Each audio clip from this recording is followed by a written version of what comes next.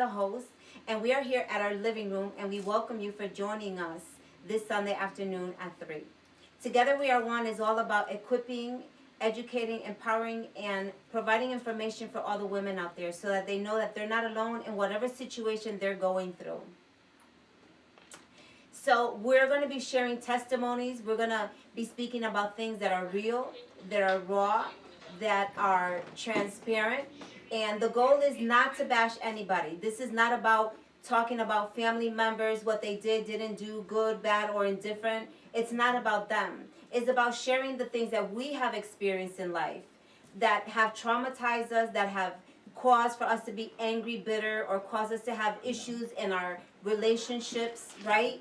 So by us speaking about it, it will help someone out there to heal, to be able to relate to it, right? It's about healing, being transformed and renewed in your mind. At the end of the talk show, you'll be able to go to our Facebook page, and we'll be able to provide you information, whatever subject we're talking about. This month of December, we're talking about childhood rejection and what did that feel like? Because we all go through rejection in life. It could be your family, it could be, your coworkers, it could be the people from the church. But a lot of times we don't realize that the issues that we carry as an adult come from the roots of our childhood. So that's why we're here. The Lord placed in my heart for us women, it's time for us to be healed, to be whole, to be not just saved, right? But also to be healed and delivered and made new so that they can do the God-given purpose that God has for them. Amen? So, with that being said, we have Brenda, who's going to be sharing with us her testimony about her childhood. Okay? So, Brenda, tell us a little bit about how it was it for you growing up. For me, I grew up in a good childhood, but of course, mom and dad had separated when I was about 5. So, that right there was the beginning point of difficulties for me, not having both my parents in the household. But, as I grew older, my mom ended up in another relationship with my stepdad, and my father kind of stayed a little distant. So, and as a child, you don't really see certain things happening. You just kind of just go with the motion. You just realize that, okay, dad's not here anymore.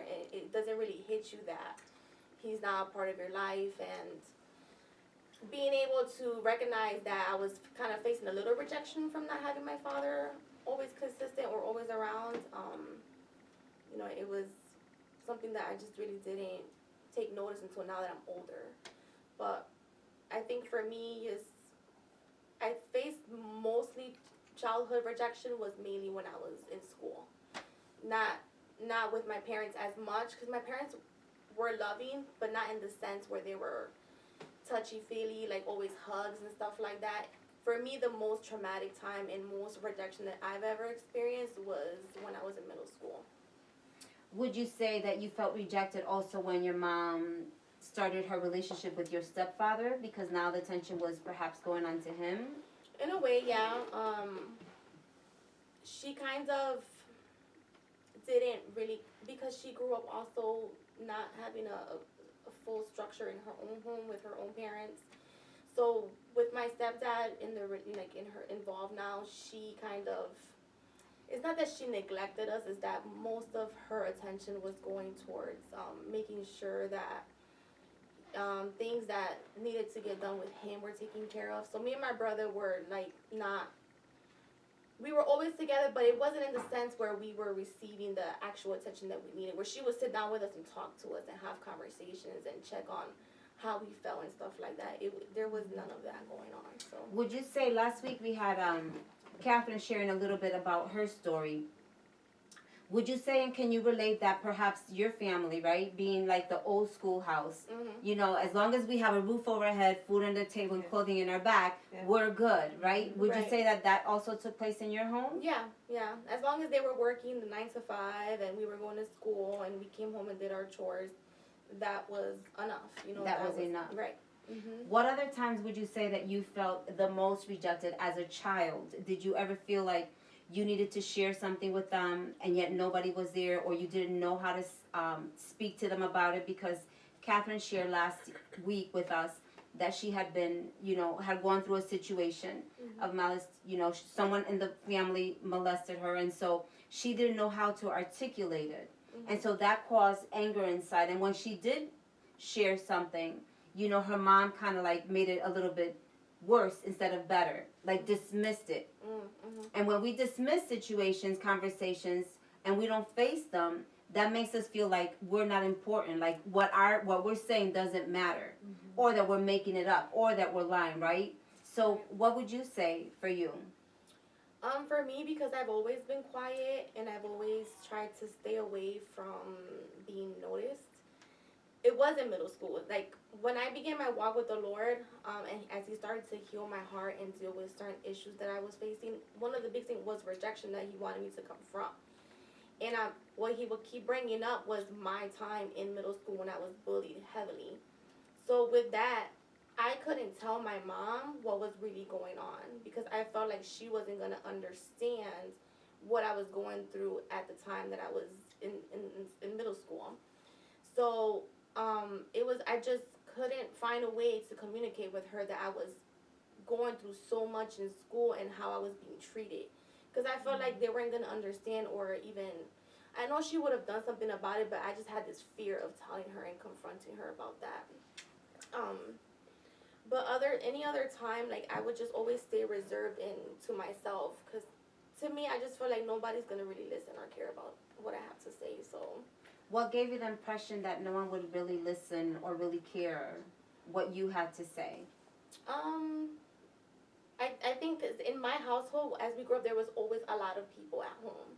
A lot of family were always coming over, and a lot of the attention was just going towards what was going on at the house at the time. So me and my brother would just kind of stay behind the scenes, kind of not noticed or not paid attention to, because there was so much other things going on in the household at the time. So maybe I felt that, because of that, I wasn't going to be heard.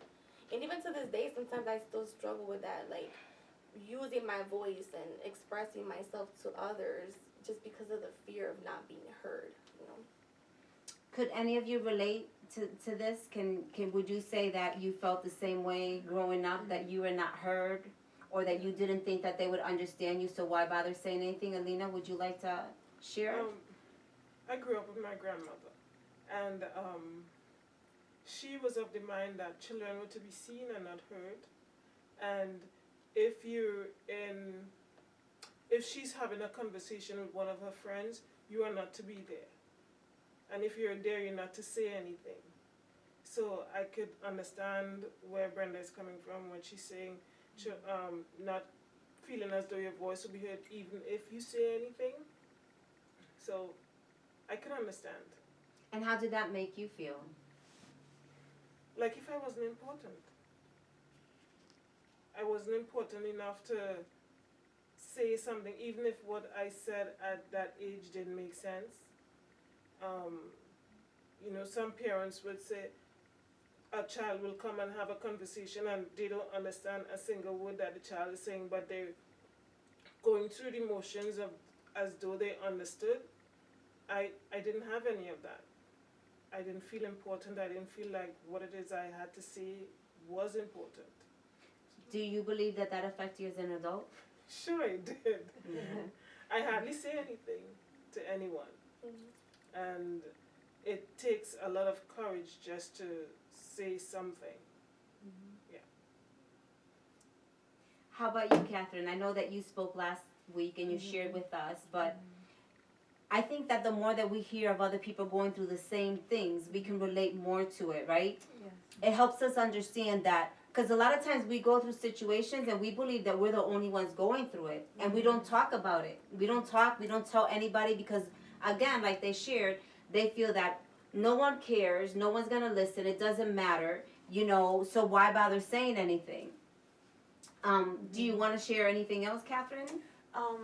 I just think the reason, and just going back in my mind and in time with my feelings back when I was a child, and maybe this was also occurring with you and as well with you, we just didn't want to have the feeling of rejection again.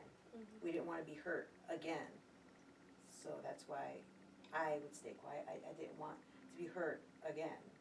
which caused for you to be hurt again anyways because Right. you didn't voice your opinion. You didn't voice your feelings, right? Right, not realizing that everything was circulating, and then years down the line, it's still there. How about you, Raquel? What would you say? You know, just listening to Brenda, and I'm just wondering whether or not you felt that you didn't want to ruin anything for your mom at the time. And that's probably why you didn't speak of it. You know, your daddy wasn't around, and at the end of the day, you don't want to end up losing your mother either. So you sort of were protecting your mother from what I'm listening and hearing, that you just didn't want to ruin whatever your mom had at that moment, and you were going to bring a damper to, the people coming into the house and, being family-like and, doing all that. So you were put in the back burner and you stood there, so to speak. I'm also hearing that during your parents' separation that you and your brother were not given a voice for that. And that was taken away. So, and again, it goes back to not wanting to lose your mother as well. So it became a protective mode, not only for her, but for yourself. Not knowing, well, if I do say something, what's going to happen? And that is normal. That is a normal process in our minds. For a child, yeah. Especially for a child. Yeah, and I go back to what my sister here said, child should be seen and not heard.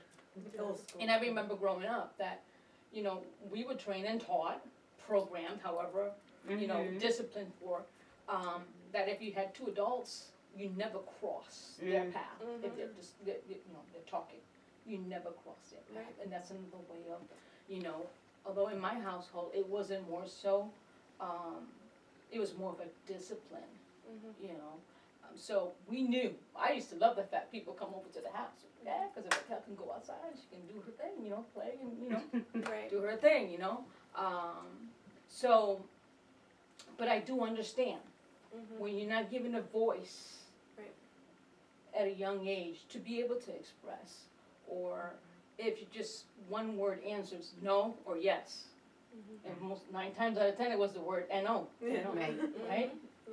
And So that's a shutdown. Yeah, it really it is a shutdown. It takes away your voice. Because, and then you come to a point where you don't want to even ask, because I know what the answer's going to be, So, yeah, so it's easy. And if you realize, we may be from different cultures, different ages and so forth, but the experience seems to be similar, in the rearing of our life. So. And so as we're sharing this, I'm thinking to myself, what about the new generation of now, right? How is it for them?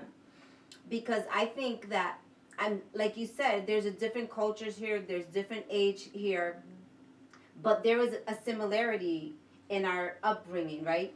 And I think about today's culture and the youth today is like, I love you guys, but it's like a lot of times like there's no respect, right? You just go and get into the middle, you say what you feel. If your father or mother says no, you say why not, I don't care, and you leave. And so what would be their excuse of rejection? Everybody has a different reason why they feel rejected as children. And a lot of times people feel rejected at different age for different reasons. Like, I know that she felt about her voice, Catherine felt about her voice being, shunned from her mom because of what happened to her, and Brenda because her parents separated. But how was your relationship with your father that you felt that you were also somewhat rejected? Was there any issue with perhaps, because sometimes a lot of times in divorces, people tend to either start drinking a lot, they start doing drugs a lot, they start doing little things. I know that when I got divorced, when I went through my divorce with my daughter's father, he didn't come to see much his daughter, not because he didn't love her, but because he felt and thought, I don't want to deal with you and see you. But she's probably feeling and going through, I know, I'm being rejected by my dad because we were always together. Now that they're separated, he doesn't want to come see me. So in her little mind, she's probably thinking, well, Dad doesn't love me anymore. But in his mind, he's thinking, I don't want to see your mother anymore, right? But there's a sense of rejection that gives an opportunity for that rejection mode to kick in, because it happens to all of us. Like I said, some people drink, some people, do drugs, some people just leave and don't want to deal with the pain of not living with their children anymore or having someone else take their place as a dad. What would you say? How can you connect that with your relationship with your father? With my dad, after my mom and my dad separated, I would, go over and see him on the weekends. But after a while, it got less and less. And I think it's like you mentioned, maybe he had his own struggles that he was dealing with that kind of would keep him from wanting to be around us for, to see us every weekend or whatever. Because my mom never kept him from coming to see us. But he had his own struggles that would keep him from wanting to be around us. And it would be sometimes we wouldn't see him for a whole year at times. And we would wonder, like, when are we going to see him? And now that I'm older, I realize what his struggles were. And I think he still does struggle with those things. And it was hard because for me, I was his little girl. And I always wanted to be around my dad. And not having him around just had a huge void in my life, because I was always trying to fill in that void in relationship, with my stepdad or with a boyfriend, filling those voids that I didn't have with my father, because he was always inconsistent in coming to see us or be around. And how would you say, did you feel rejected by your stepdad, or did you feel like you rejected him because he wasn't your real dad? I was, like, my mother raised me to always show respect to everyone around me. So I respected my stepdad, but I could never see him as my father. Right. Even though he was always there and was always a huge provider for us, I couldn't still, like, I didn't want to have him fill my father's shoes. So in a way, I kind of did reject him. And kind of kept him at a distance in the sense where I'm like, I can't see him as my father. I could just only see him as my mom's boyfriend at the time, And how would you say, do you think that made him feel like a stronger figure stepfather because he would try and you rejected him, or how was it for you? You know what I mean? You know what I'm saying? He would try, but there were things like, because my dad left when I was around 5, so I really didn't know how my father's parenting was when it came to us. Like, I didn't experience that with my father. So my father wouldn't be too strict. He would just we'll meet with him and we'll watch movies and stuff. We wouldn't really engage with each other when it came to my dad. With my stepdad, he had his own younger daughter, but he was very strict when it came to certain things. So was a lot of discipline going on in the house that we would not get from our original father. So in a way, I wouldn't reject him or not reject him, but disrespect him or anything like that. But I didn't like how he was kind of overbearing at times with me. So not only did you feel rejected, not having your father there, you were rejecting him. So there was like a double whammy of rejection, right? So that probably made you want to, like, try to work at things harder, because you were rejected, you were rejecting, and so with all this rejection going on as a child, you shared that affected you as an adult. But when you look back at your childhood, you also said that you were being bullied in school. In what way were you being bullied? I was always, like, I would take the bus to school, so whether I was taking the bus or an actual school, because I went to school in the inner city of Hartford. So the school that I went to had a lot of diversity and stuff like that. So if you didn't have the right clothes or the right sneakers, you were going to get made fun of at the time. So every day I would go to school and, my mom was working, but she couldn't afford the new Jordans at the time or the new FUBU or Nautica back in 97, 95. She's not trying to give her age. So, you know, at the time, if you didn't have all that, you were not cool and you were not accepted by the people in, you know, the popular people in school. So every day it was constant bullying, or, you know, they would make fun of my pants or the sneakers I was wearing. When I would go to school, I would try my best to find friends that were well known in the classrooms, so that I can kind of stop being bullied and stop being rejected, which then turned out for me to be a people pleaser. So I felt that if I can please people, they would accept me, and then I wouldn't be rejected. So that started that cycle. Can you repeat that again? Because I think that's very important that we grasp this. Can you just like share, because you said something really important there, because I believe a lot of people go through this and they don't realize it. So rejection leads to you wanting to feel accepted, so then in return you start to please people. And you just completely just want to do everything for that person so they can accept you. And it just, you're not being yourself. You're doing things so that you can get the acceptance from others. And it just starts a whole cycle of you not knowing your self-worth. So You kind of lose yourself, your identity. oh yeah, definitely. So you lose your identity in the middle of all this rejection. You're trying to please people so that they can accept you. Right. And then in the meantime, there's some anger and some stuff building up within you, right? Because either whether you're rejected or you're the one rejecting, or you're trying to please people or wanting people to accept you, you're doing all of this, but none of it is filling that void. Right. And none of it is making you happy. Right. So that just builds up more anger and more bitterness and resentment. Right. Would you say that you felt that you were resenting your mom, that it was either her fault or your fault, the divorce happened? Because a lot of times as children, we go through that, right? We feel like, oh, my parents got divorced because maybe me, or, you know, whatever that situation may be. Yeah, I went through that struggle. When my dad would finally come around, I would resent my mom and not want to stay with her. Like, I would just want to go stay with my dad. And then when it came time for me to go back home to my mom's house, I'm like, I don't want to go back to her house. I want to stay with my dad.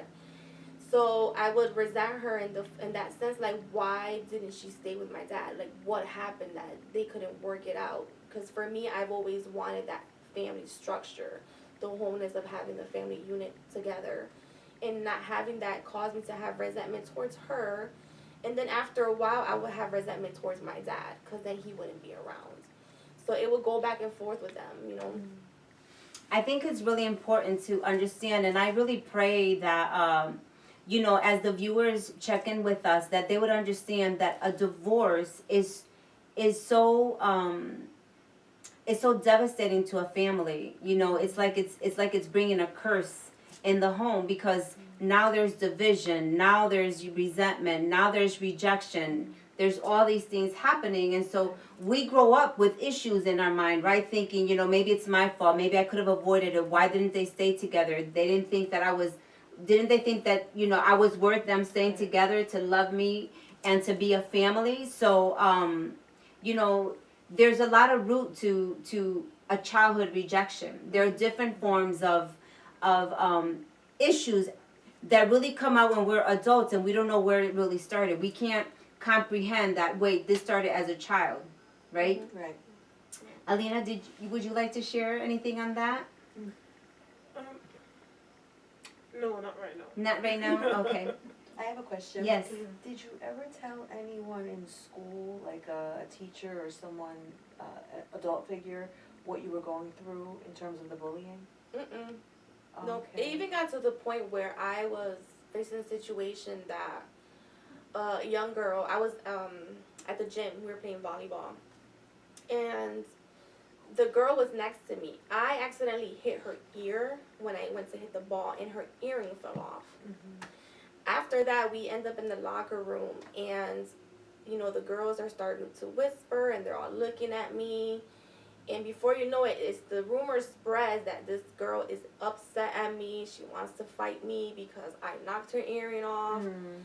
And I'm like, okay, like, what's going on? What did I do to her?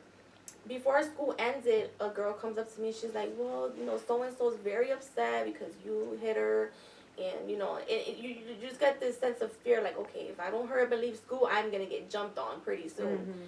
So for me, I didn't tell anyone. I didn't go home and tell my mom. I'm like, hey mom, this is what happened at school. I think I'm gonna get jumped when I get to school tomorrow. I don't know. I never went to anyone about it. Instead, I took the situation into my own hands, and I was able to call a friend of mine that had her phone number, and actually call the girl that I, you know, knocked the earring off and apologize to her. So I just did it on my own.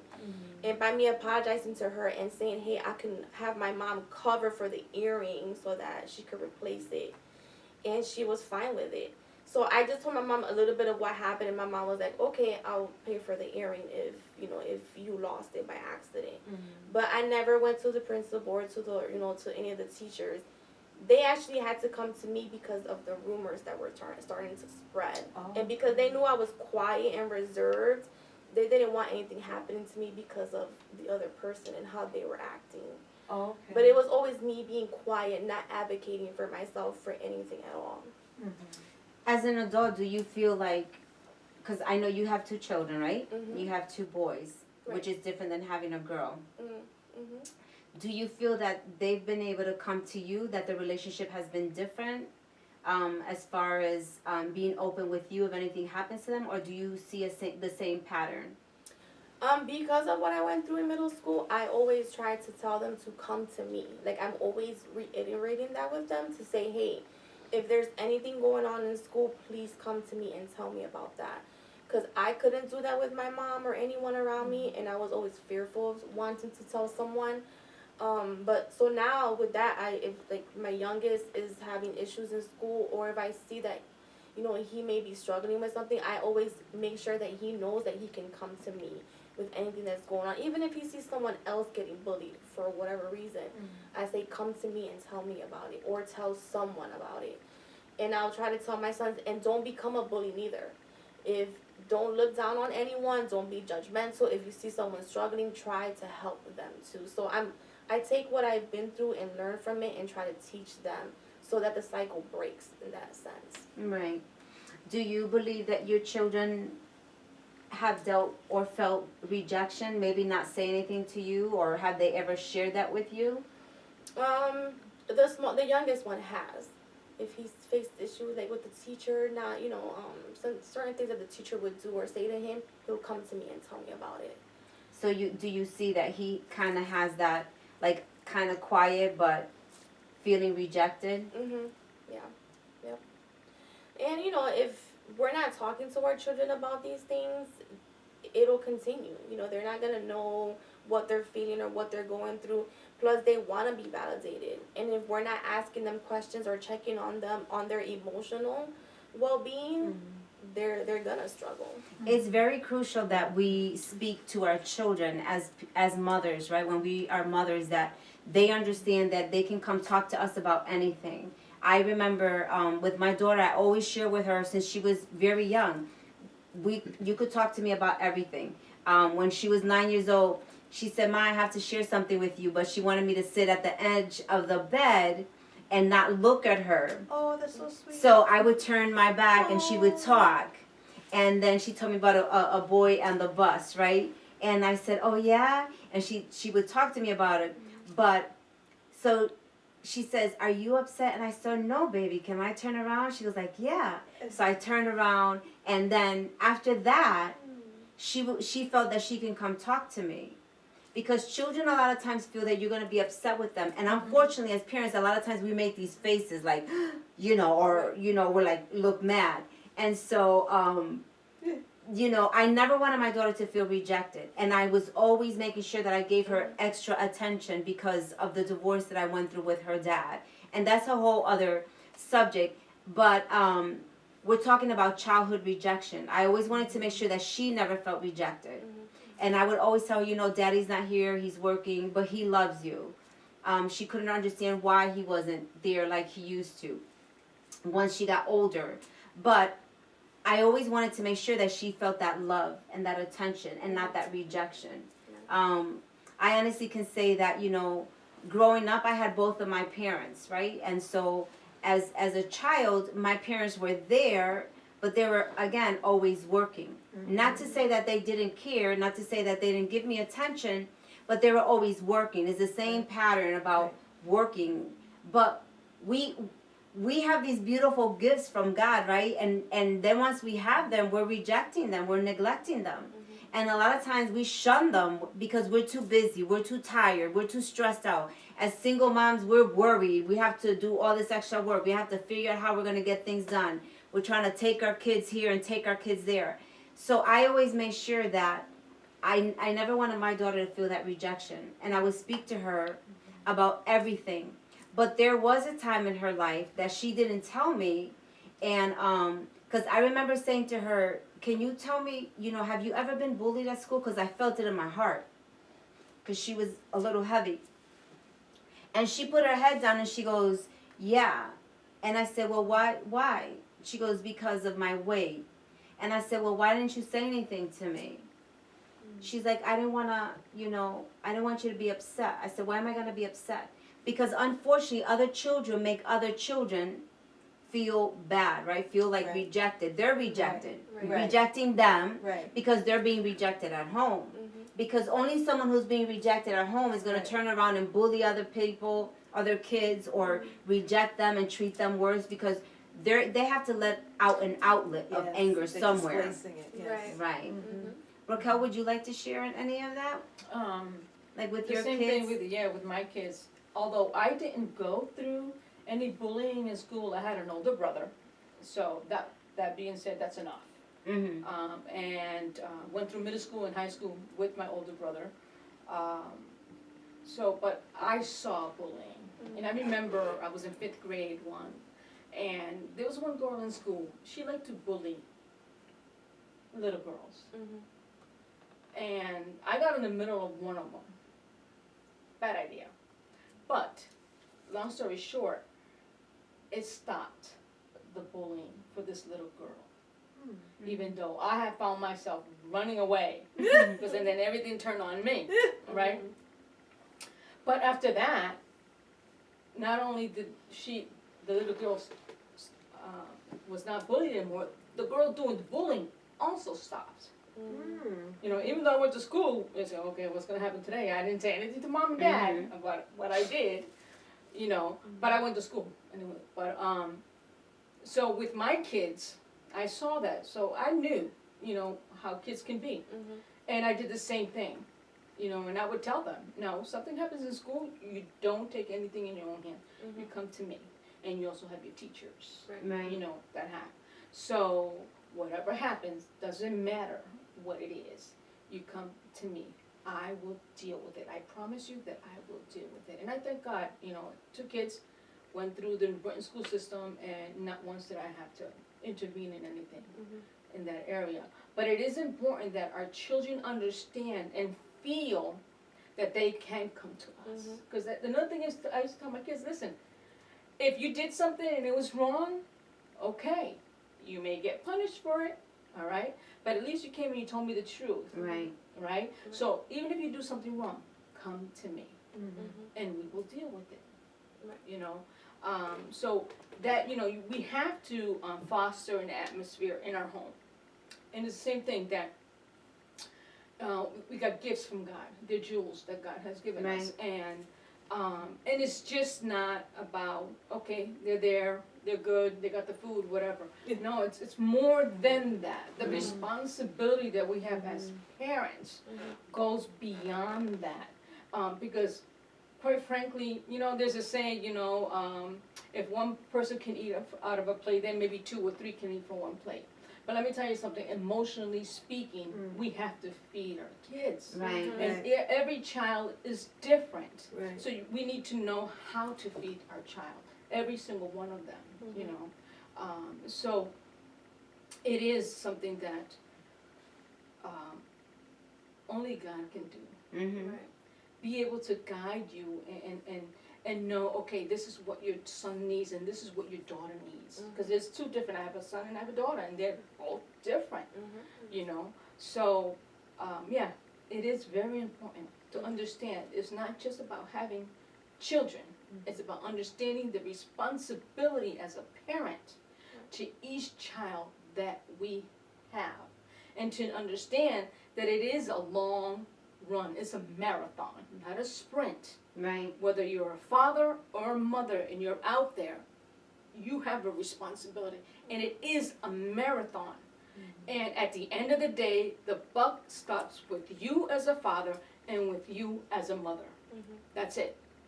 At the end of the day, Right. you know, and it is very hard to understand from a child's point of view, Right. why did mom and dad split? Because the one thing is, they will say, it was my fault. That's it. That's all they understand. It was my fault. They don't understand that between two adults there are issues that they're dealing with. And because the two parents didn't come across and say, hey, let's sit down. This is what's going on. You Or know, discuss with their kids. It's not that we don't love you. Mm-hmm. You know what I'm saying? Right. Not only just saying the words, now I have to prove it. It's not about that we don't love you. Right. It's about us. Okay? So Raquel, I know that last week when I knew that we had to talk about the subject about childhood rejection, I reached out to my daughter and asked her, did you ever feel rejected? And she shared with me, and I know that you said, you know what, I'm going to go ask my kids. Did you get that opportunity? I did. And? They said, no, Mom. They looked at me kind of weird. My daughter looks at me, what? I said, no, it's a question that we had in, the TV show, and I wanted to ask you. And I goes, no, Mom, never. Never felt that you did anything that would have rejected me. I said, okay, thank the Lord. That's a good thing, right? Yes. So Alina, would you like to share a little bit more about, what other experiences you had throughout your childhood with rejection? Because I know that we had mentioned we were going to have her, and then since we're here, we might as well, talk about this, because it's important for the viewers, because we all come with that similar background, although we're different ages and different, ethnicities, right? All right, so I grew up with my grandmother, as I've said before. My mother died when I was about 2 or 3 years old, so I grew up with my grandmother. My father wasn't there, and that was one thing, one part of the picture.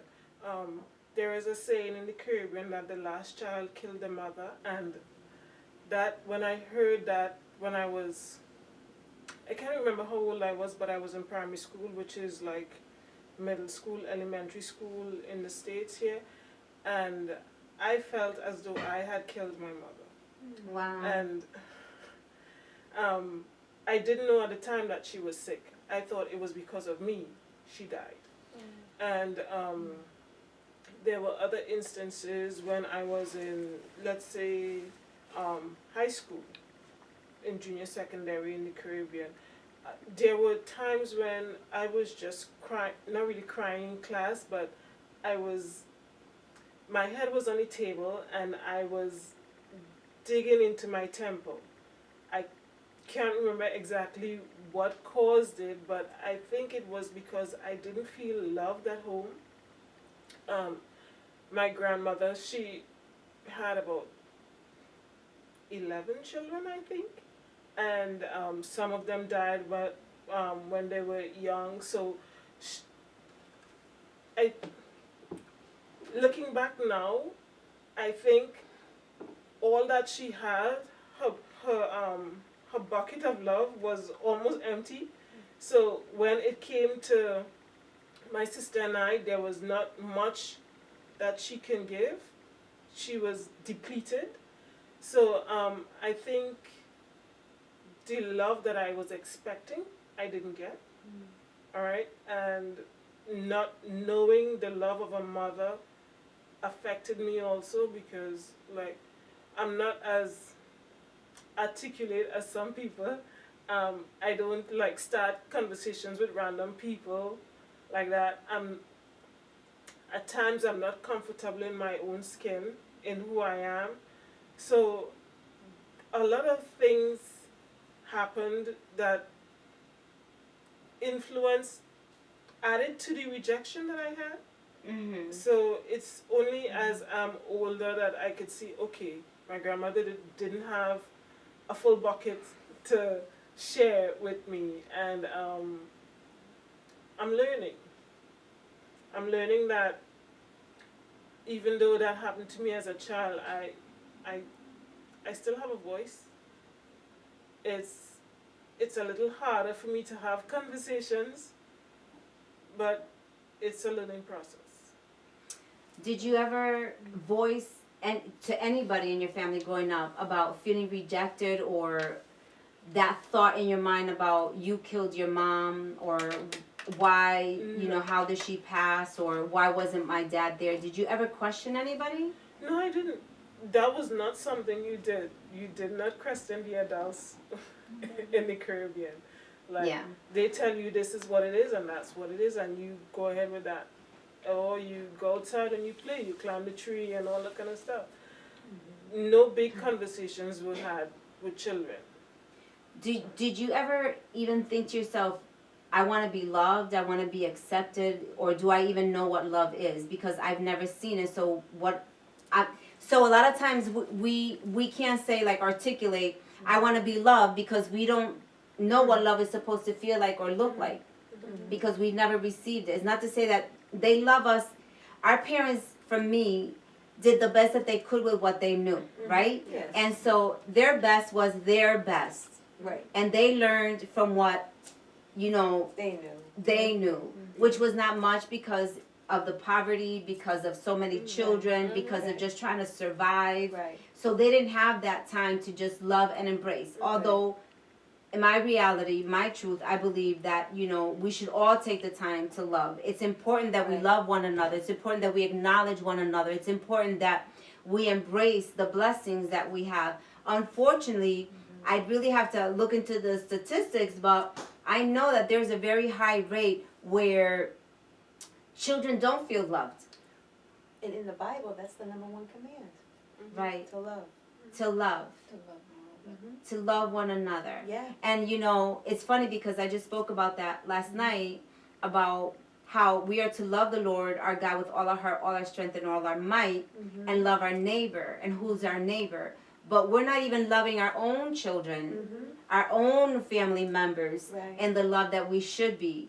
So, you know, I can't even imagine. I sit here and I'm grateful to God that, you know, my father is very, growing up, I knew he loved me, but he was very firm, very cold, very strict, right?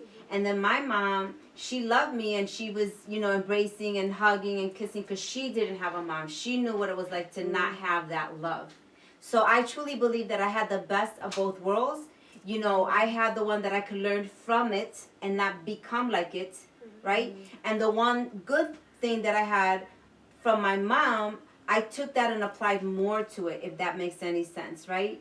Because I always felt in my mind, in my thoughts, I don't want my children to ever go through this or feel like this, right? Because they worked a lot. They were always tired. Right. They always made sure they had to get things done in the house. There was unfortunately, a lot of arguing. Yes. There was a lot of arguing. Yes. And so there wasn't any time to, you know, you can't say anything, because if you did, you know, blah.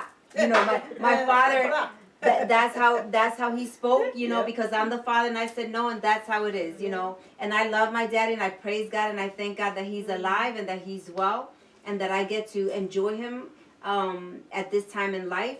But the truth is that they don't know how to love. Right. And I know that, you know, so many people are so rejected. I just feel like I have to share this. I shared about a happening that happened about there was a man that went to an area and had been beaten to death and almost left for dead, right? And so a person went by and ignored him. Another person went by and ignored him, right? So this man that had been beaten and left for dead had been rejected. Please listen. This man had also been rejected. He had people go by of high standards, right? And he was rejected. But the truth is that there was one person that was probably the least of the three, that was not as well off as the first two. He made a stop. he took the time to take care of that person that had been beaten down. And the history of this says all this person wanted was to, I'm talking about a beggar. I went from one story to another about a beggar, and there was a rich man. There was a rich man that would go by this beggar every day and not feed him. And so this beggar is there, and all he desired was to be fed. He had sores. And so what sores were they? How did those sores start? Where did they come from? The sores of being rejected, the sores of being abandoned, the sores of being shunned, and like we don't matter. He had a lot of sores, and he was a beggar, and all he wanted was to be fed. And so as I'm sharing this history, I said, how are we any different than this beggar? We have sores inside. Rejection, abandonment, being shunned, being disregarded. We go through these rejections as children, and so all of that causes all these sores inside that causes us to be angry, causes us to be bitter, causes us to be shy, causes us to not feel comfortable in our own skin. Again, we're going through all of this, and that beggar, all he wanted was to be fed. He wanted to be acknowledged. He wanted someone to notice him. He wanted someone to feed him love. He wanted someone to feed him compassion. All he wanted was to be seen. So I ask you, how are we any different than that beggar? That's all of us, right? We all have different sores, whether it be a sore through a divorce or our parents getting divorced, whether it be a sore of being rejected by our parents, by a teacher, by being bullied. We all have different sores. But how are we different than this beggar who wanted to be fed? His desire was to be fed. His desire was to be loved. His desire was for someone to minister and say, hey, how you doing? How can I help you? Do you need, what's going on with you? To be acknowledged. But he was rejected. So perhaps his rejection started as a child as well. Perhaps he had abandonment issues. Perhaps his parents died, because I know that, you shared that your mom passed away, and so we all have different areas where we felt rejected in some point or another. So we want to acknowledge that we're no really different than a beggar. We may dress a little bit better, we may smell a little bit better, we may look like a little bit better, but inside our hearts, we are no different than a beggar, because we all desire to be fed with attention, with love, with understanding, right? We all desire to be fed. And so for me, that was a big aha moment. It was really big, because we don't know his story. We just know that he was a beggar and that he had sores. And his desire was to be fed. And all of us want to be fed. So, with that being said, if you see a beggar, if you run into your brother, your sister, your mother, it doesn't matter who it is, ask them, how are you doing? And don't ask them just to ask them. Ask them because it matters to you, right? Because you care, because you have a voice, and because their voice matters. Let's stop rejecting one another, right? We need to love one another. The problem is that if we don't know the love of Christ, we will not know how to love our neighbor. And that's the problem. If we're feeling rejected, if we're feeling abandoned, if we're feeling neglected, we're not going to know the love of Christ. So we're not going to be able to understand and fulfill the desire of someone that needs to be fed. Right? So we're no different than a beggar. And Raquel, I don't know, if you want to share anything as far as that history, right? Because that was a happening in any of you, but we can start with Raquel as far as that beggar being full of sores and have desire to be fed and loved. Because I know, for me, growing up, my desire as an adult, and I look at it, my desire growing up was that I knew my father loved me, but I wanted him to show me, not by working hard, not by telling me, I embracing, right? Mm-hmm. I want you to like sit with me and tell me, how is a man really supposed to love you? How is he Right. supposed to respect you? Right. How is he supposed to honor you? Right? Right. And for me, that was my desire, to be fed in that way with my dad. And I truly believe that growing up, I felt that rejection, right, as a child. Right. But it wasn't that he meant it. Right. There was 13 of them. They lived in the country. And as I got older, I understood that my father did the best that he could with what he had, and it was not much. I knew he loved me in his own way, but my desire was to be fed with love and attention from my dad. My mom on the other side gave us a lot of love and attention because she didn't have a mom. So she knew what I was like. But you still want it from daddy, right? Mm-hmm. And I'm sure that we can all relate. We want that love and attention from daddy. We want to be daddy's little girl. But we all desire attention and not rejection, right? Mm-hmm. Yes. Raquel, would you share? You know, the story of that beggar, just what resonates in my mind is that just want to be whole. Right. You just want to be whole, you know. And the only way to get to be whole is to understand that the way God created you, that's what's whole about. That's what it is, you know. God created us with a purpose. What happens in our childhood and everything all has to deal with people making wrong choices, you know, because we all have a choice, you know. And then you have the influence of the outside, okay? But it's not God's purpose, okay? And when you're a whole, which is something a goal everybody wants, we all want to stop feeling the way we have been feeling, right? One way or another, we want to stop that. We want to stop feeling rejected and feeling that we were probably not enough, not receive the acknowledgement or the validation, you know, of that.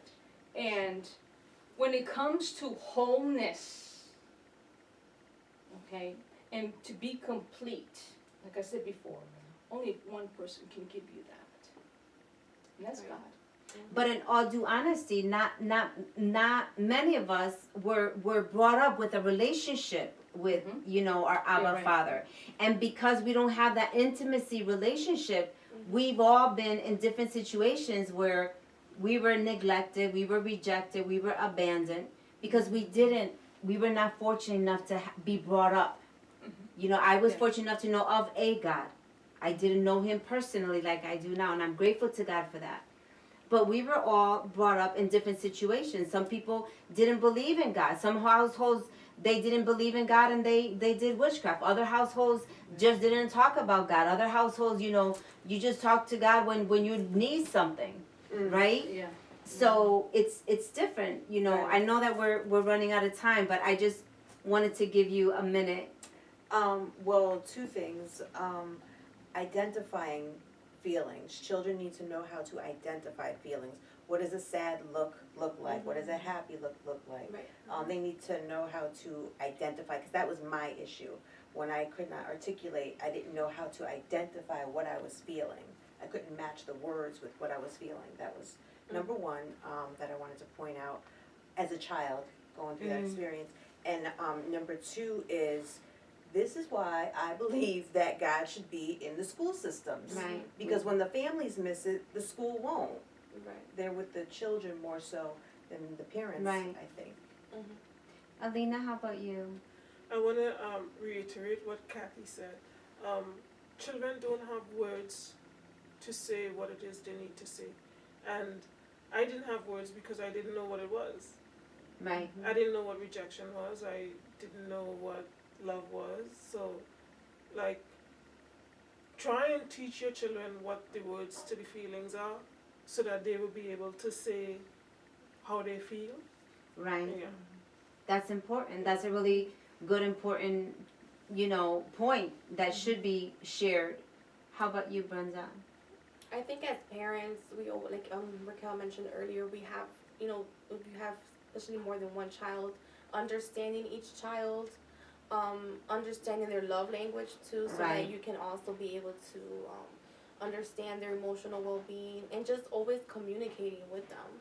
If they come to you with questions, just be honest and real with them, and try your best to explain or speak to them about what's going on with yourself or around them.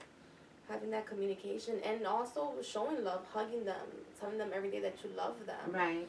Showing them that physical love as well. I think it's important that as we're coming to a conclusion, to an end, that that we need to really talk more about what love is supposed to feel like, what love is supposed to look like, right?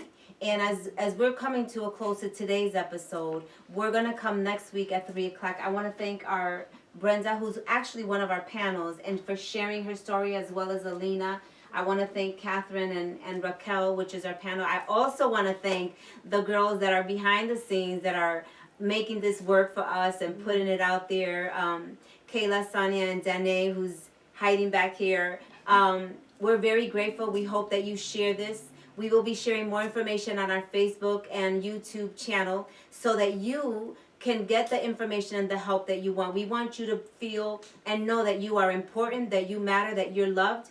And again, we're here to educate, encourage, empower, and equip you with information. So if you have any questions, you can go to Facebook. You can inbox us. We'll be more than happy to share with you. I want to thank you for joining us today. We will see you next week at 3:00. Have a great week.